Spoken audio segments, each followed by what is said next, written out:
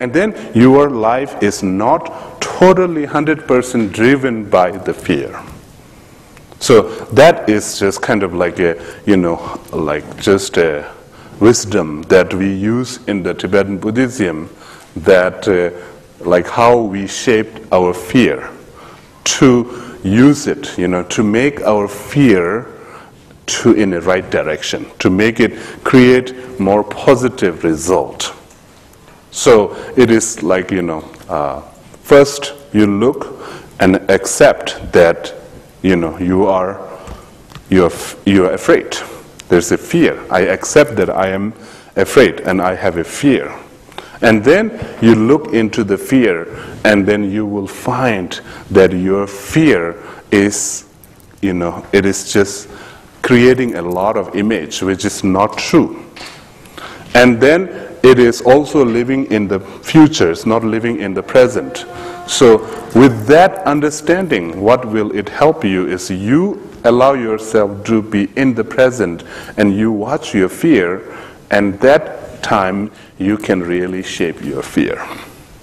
So when you really shape your fear, then it is like you are in control of your own fear. You are in control of your fear. It is not that your fear is controlling you. So when we allow our fear to control our life, then it's like a lot of unnecessary suffering and things we create things like that. So that is why it is not just working with the fear, and I think that is also working with a lot of different emotion too.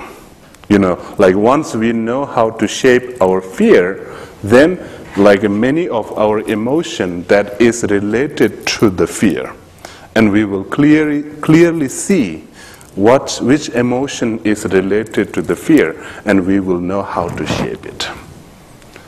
So then, it is just kind of like we are paying some attention to our one aspect that is needed an attention. So when we really go deep into that, another thing that we will find out is that love, compassion, courage, actually courage, courage is actually the opposite of the negative fear. And so many times we cannot generate love, compassion, and courage because when our whole life is overtaken by the fear. So when we look at our fear, then we will see how our fear is affecting our love. We will see clearly. If we don't go inside, we will just kind of make up some word about things, but we don't really experience what is really going on inside. So when we experience how love and fear is affecting in a negative way, then what positive result we will gain is we will we will value our loving emotion. And when we value our love and compassion, and then just kind of we will see that when we are very afraid and we kind of totally give our all value on fear, then how it is not allowing us to generate genuine love, genuine compassion, trust, respect, and all these things.